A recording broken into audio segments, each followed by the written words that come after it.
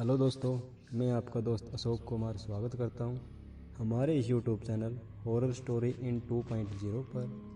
अगर आप हमारे चैनल पर नए हैं तो प्लीज़ हमारे चैनल को सब्सक्राइब करें और हमारी पिछली वीडियोज़ को भी ज़रूर देखें, आपको बहुत मज़ा आएगा। तो चलिए शुरू करते हैं हमारी कहानी रूम नंबर 133 का दूसरा पार्ट। रोहन के साथ जो हुआ था उसने वह आप बीती अपने दोस्तों को बताई थी, जिसके बाद रोहन के दोस्तों ने उसे वह रूम बदलने की राय दी थी।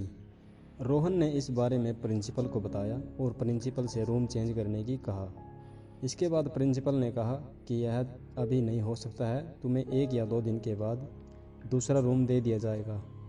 इस पर रोहन ने काफ़ी दबाव डाला, लेकिन प्रिंसिपल ने उसकी एक नहीं सुनी और रोहन को क्लास में जाने को कहा। रोहन ने अपना पहला दिन क्लास में गुजारा।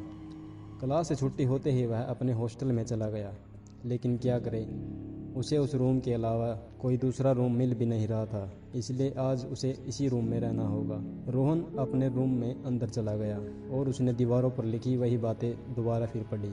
वह काफ़ी डरा हुआ था। रोहन ने सोचा जो होगा देखी जाएगी, मैं यहाँ आज का दिन काट लेता हूँ, इसके बाद मैं अपना रूम चेंज करवा लूँगा।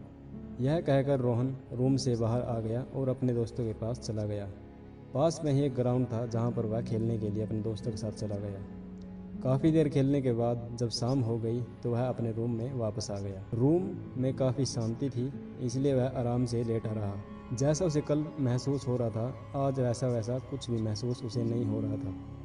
वह अपने रूम में काफ़ी देर तक बैठा रहा और फिर अपना होमवर्क करने लगा। उसने अपना होमवर्क किया और जैसे जैसे रात होती जा रही थी उसका डर भी बढ़ता जा रहा था। वह खाना खाने के लिए नीचे गया और खाना खाकर अपने रूम में फिर से आ गया। वह कल की घटनाओं को याद कर रहा था कि आज भी ऐसा हुआ तो क्या होगा। उसने भगवान का नाम लिया और चादर ओढ़ कर लेट गया। वह सोने की कोशिश कर रहा था, लेकिन उसे नींद नहीं आ रही थी। उसे काफ़ी डर लग रहा था, जिसके कारण उसे नींद भी नहीं आ रही थी। फिर उसे नींद में ही महसूस हुआ जैसे छत से पानी नीचे टपक रहा हो और साथ में ये भी लग रहा था जैसे कोई दीवार पर अपने नाखूनों से खुरच रहा हो, जिसके कारण रोहन की आंख खुल गई। वह चादर में ही मुंह लपेटे हुए पड़ा रहा। अचानक रूम की लाइट चली गई, जिसके कारण काफ़ी अंधेरा हो गया। इस पर रोहन का डर दुगना हो गया। जैसे ही रूम में लाइट गई, अजीब अजीब आवाज़ें फिर से शुरू हो गई। ऐसा लग रहा था जैसे कोई ज़ोर ज़ोर से सांसें ले रहा हो।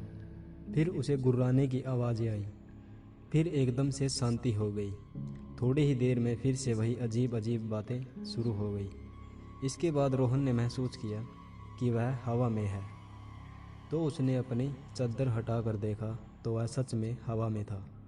रोहन ने जैसे ही चिल्लाने की कोशिश की, वह चिल्ला नहीं पा रहा और तभी एकदम वह नीचे आकर बेड पर पड़ा। रोहन ने चादर से ही महसूस किया जैसे कोई छत से उसे झांक रहा हो। उसने अपनी चादर को मुंह से धीरे धीरे हटाया और छत की तरफ देखा तो वह डर से तरबतर हो गया, क्योंकि छत से एक लड़का चिपका हुआ था और उसे ही घूर रहा था। उसकी शक्ल काफ़ी डरावनी थी और उसके मुंह से खून निकल रहा था और वह खून रोहन पर पड़ रहा था।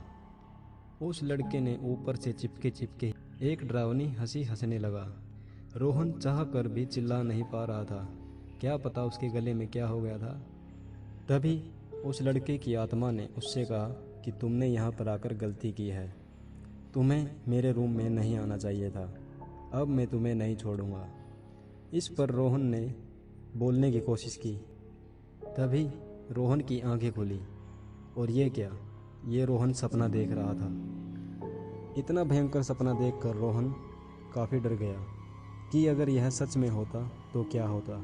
उसने घड़ी में टाइम देखा तो रात के 1 बजने वाले थे। रोहन ने फिर से सोने की कोशिश की और अभी उसकी आंख लगी ही थी कि फिर अजीब अजीब आवाज़ें होने लगी। फिर रोहन ने महसूस किया कि उस बिल्डिंग में आने के लिए जो दरवाज़ा बना हुआ था, वह दरवाज़ा चिरमराती हुई आवाज़ में खुल रहा है। ऐसा लग रहा था मानो उसे कोई खोल रहा है और खोल कर अंदर आ गया हो। तब रोहन ने महसूस किया कि कोई गलियारे में आराम आराम से चल रहा है।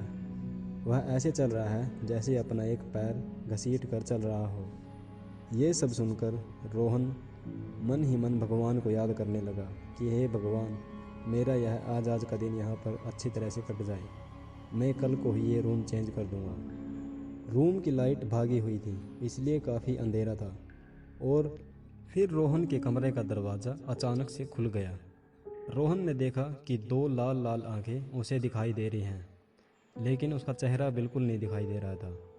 लेकिन वह चीज़ जब हंसी तो उसके दांत भी दिखाई दे रहे थे, जो काफ़ी बड़े बड़े थे।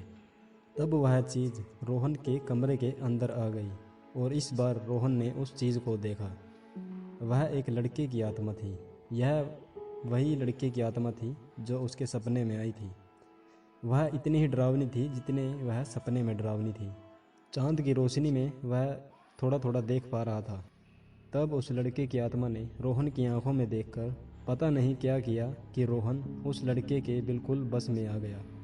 वह लड़का रूम से निकलकर बाहर की तरफ चला गया। रोहन भी उसके पीछे पीछे चलने लगा।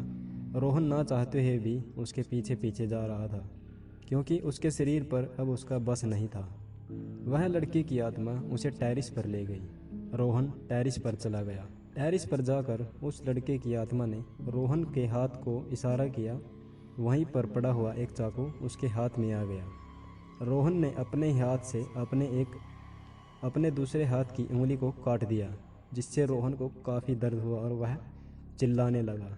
इस बार वह चिल्ला सकता था, जिसकी चिल्लाहट सुनकर नीचे वाले स्टूडेंट्स ऊपर की ओर आने लगे, जिससे उस लड़के की आत्मा गायब हो गई। और गायब होने से पहले उसने कहा कि यह दूसरा दिन है। इस तरह मैं तुम्हें 7 दिन के अंदर अपने साथ ले जाऊंगा। इतना कहकर उस लड़के की आत्मा वहाँ से गायब हो गई। रोहन के दोस्त वहाँ पर पहुँचे और रोहन को इस हालत में देखा। उन्होंने तुरंत उसके हाथ पर कपड़ा बांधा। रोहन के हाथ में काफ़ी दर्द हो रहा था, क्योंकि उसकी उंगली कटी हुई थी। उसे तुरंत हॉस्पिटल में ले जाया गया। हॉस्पिटल में पूरी रात रखने के बाद सुबह उसे डिस्चार्ज कर दिया गया। वह अपने रूम में आराम कर रहा था। तब उसके पापा का कॉल आया। उसके पापा को उसने सारी बात बताई, जिस पर उसके पापा ने कहा कि मैं तुमसे मिलने आज ही आ रहा हूँ। उसके पापा वहाँ पर आए और उन्होंने प्रिंसिपल से बात की। प्रिंसिपल ने भी यह सब देखा और उन्होंने एक तांत्रिक को बुलाया। तांत्रिक ने रोहन के सिर पर हाथ फेरा और कहा कि तुम्हारे पास सिर्फ 5 दिन बचे हैं। वह बच्चे की आत्मा तुम्हें अपने साथ ले जाने के लिए तैयार है। वह तुमसे बदला चाहती है। इस पर रोहन ने कहा कि मैं तो यहाँ पर पहली बार आया हूँ, मैंने किसी का क्या बिगाड़ा है। इस पर तांत्रिक ने कहा तुमने उस रूम में जाकर गलत किया, क्योंकि वह सालों से उसी रूम में रह रहा है। रोहन के पापा ने तांत्रिक से कहा कि मेरे बच्चे को बचाओ। इस पर तांत्रिक ने कहा कि मैं एक हवन करूँगा, जिससे तुम्हारे बच्चे की जान बच जाएगी। लेकिन मैं उस आत्मा को नष्ट नहीं कर सकता, क्योंकि वह आत्मा काफ़ी शक्तिशाली हो चुकी है। इस पर कहा कि आप हवन जल्दी करें। तांत्रिक ने उसी रात हवन शुरू किया और रोहन को उस आत्मा से छुटकारा दिलाया। तो दोस्तों, कैसी लगी हमारी ये कहानी? अगर आपको हमारी कहानी अच्छी लगी तो प्लीज़ लाइक करें और शेयर करें। हम आपके लिए ऐसी ही कहानी लाते रहेंगे।